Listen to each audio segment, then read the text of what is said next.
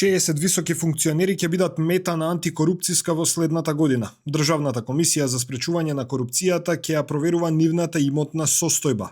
Меѓутоа, се уште не се знаат имињата на функционерите кои ќе бидат опфатени, бидејќи тие ќе се утврдуваат во текот на јануари.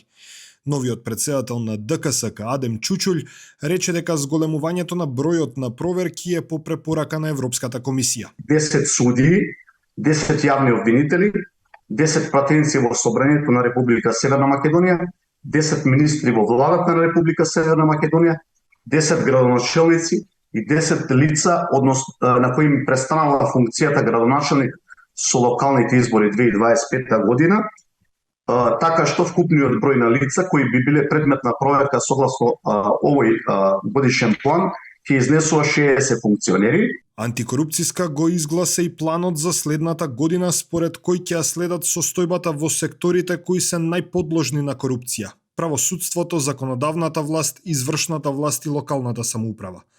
Членовите на ДКСК го изгласаа и ставањето вон сила на упатството за рангирање на предметите за постапување, што во суштина би значело дека сега сите предмети кои ќе ги отворат ќе бидат подеднакво важни. Во практично постапување по ова упатство констатирано дека истото не даде резултати, односно овозможува можност за субјективност. Во текст се изготвени се измени Закон за спречување на корупцијата и судирот на интереси, кај дополнително се регулира начинот на постапување по предмети, а врз основа на тоа би направили измени и дополнување на деловникот, со што на поадекватен начин би го уредили ова прашање. ДКСК пред 2 недели алармираше дека 35 поранешни и 19 новоизбрани градоначалници не ја пријавиле својата имотна состојба во предвидениот рок, што е законска обврска.